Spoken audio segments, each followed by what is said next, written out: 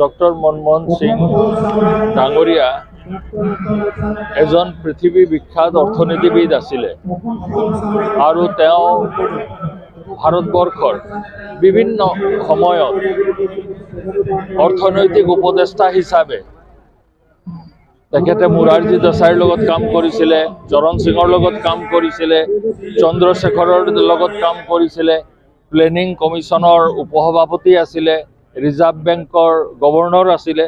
তাৰ পিছত তেখেতে 1991 চনত নৰসিংহ ৰাওৱে নিমন্ত্ৰণ কৰি আনি তেখেতক বিত্তমন্ত্ৰীৰ দায়িত্ব অৰ্পণ কৰিছিলে। মোৰ সৌভাগ্য যে একেদিনাই ময়ো নৰসিংহ ৰাও ডাঙৰীয়াৰ মন্ত্ৰী সভাত শপত গ্ৰহণ কৰিছিলোঁ। তেখেত আমাতকৈ বহুত অভিজ্ঞ লোক আৰু তেখেত এজন ৰাজনীতিত থকা সত্ত্বেও তেখেত এজন বিশিষ্ট চিন্তাবিদ আৰু সৰ্বশেষত মই ক'ম যে তেওঁ ৰাজনীতিত এজন অতি ভদ্ৰলোক আছিলে। তেওঁৰ ৰাজনৈতিক জীৱনৰ এই দীঘলীয়া জীৱনত কোনোদিনে তেওঁৰ ৰাজনৈতিক প্ৰতিদ্বন্দ্বীক কটু বাক্য ব্যৱহাৰ কৰা নাছিলে। কোনো সকলোকে আৰু যথেষ্ট বিৰোধী দলক সন্মান কৰিছিলে। আৰু তেখেত যেতিয়া প্ৰধানমন্ত্ৰী আছিলে মই তেতিয়া দেখিছিলোঁ যে তেখেতে তেখেতৰ মন্ত্ৰীসভাৰ একেলগে সহকৰ্মী, মই মানে জুনিয়ৰ মিনিষ্টাৰ হিচাপে আছিলোঁ আৰু তেখেতৰ প্ৰধানমন্ত্ৰীৰ তলত মই মন্ত্ৰী হিচাপে কাম কৰাৰ সুযোগ পাইছিলোঁ। আৰু তেখেতৰ মন্ত্ৰীসকলক যথেষ্ট দায়িত্ব দিছিলে আৰু তেওঁলোকৰ কথাত যথেষ্ট গুৰুত্ব দিছিলে আৰু নিজৰ দায়িত্ব যাতে ভাল পালন কৰিব পাৰে তাৰ কাৰণে যথেষ্ট উৎসাহিত কৰিছিলে। তেওঁ ভাৰতবৰ্ষৰ বৰ্তমান যি অৰ্থনৈতিক অৱস্থালৈ আনিলে পৰিৱৰ্তন, তেতিয়া আমাৰ দেশৰ হুল বিদেশত বন্ধক আছিলে আৰু মাত্ৰ তেওঁ যেতিয়া অৰ্থনৈতিক বিত্তমন্ত্ৰী হৈছিলে মাত্ৰ আমাৰ প্ৰায় 3 নে 4 বিলিয়ন মানে আছিলে আমাৰ ৰিজাৰ্ভ, ফৰেইন কাৰেঞ্চিৰ ৰিজাৰ্ভ। তাৰ পিছত তেখেতে আনি তেখেতৰ সেইটো কাৰ্যকালতে 200 বিলিয়নতকৈ বেছি কৰিছিলে। আৰু তেওঁ এই অৰ্থনৈতিক ৰিফৰ্ম কৰাৰ লগতে বিভিন্ন দেশৰ লোকসকল মানে প্ৰতিষ্ঠানে আহি আমাৰ ইয়াত তেওঁলোকে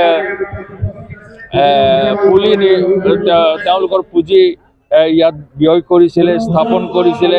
আৰু তাৰ লগতে আমাৰ দুখীয়া জনসাধাৰণৰ কাৰণেও তেওঁ প্ৰধানমন্ত্ৰী কালত যথেষ্টখিনি গুৰুত্বপূৰ্ণ সিদ্ধান্ত লৈছিলে।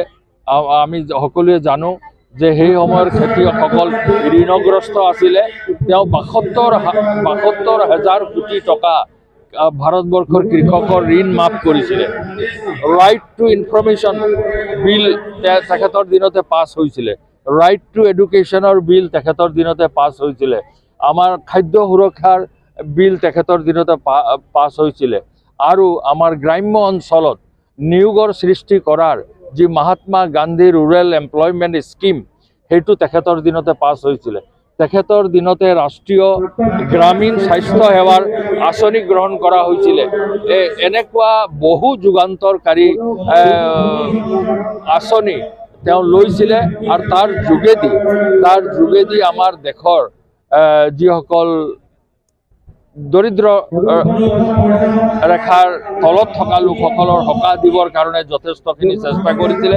মই ভাবোঁ আজিলৈকে কোনো এজন প্ৰধানমন্ত্ৰীয়ে তেওঁলোকৰ কাৰ্যকালত ডক্টৰ মনমোহন সিঙৰ নিচিনাকৈ একো তেনেকুৱা ইমান ডাঙৰ ব্যৱস্থা ল'ব পৰা নাছিলে। আৰু আমাৰ অসমৰ ক্ষেত্ৰতো গেছ ক্ৰেকাৰ প্ৰজেক্টেই হওক, বগীবিলৰ দলঙেই হওক, শদিয়াৰ ব্ৰিজেই হওক, এইবোৰ প্ৰধানমন্ত্ৰী স্পেচিয়েল প্ৰজেক্ট হিচাপে লৈ ক্ষিপ্ৰতাৰে কাম কৰাৰ ব্যৱস্থা কৰিছিলে। তেখেতৰ দিনতে আমাৰ ব্ৰডগেজৰ উত্তৰ পূব ভাৰতৰ ব্ৰডগেজকৰণৰ কাম আৰম্ভ হৈছিলে। এনেকৈ বহু কথা আছে যি কাৰণে সদায় ভাৰতবৰ্ষৰ ৰাইজে সদায় তেখেতক শ্ৰদ্ধাৰে স্মৰণ কৰিব।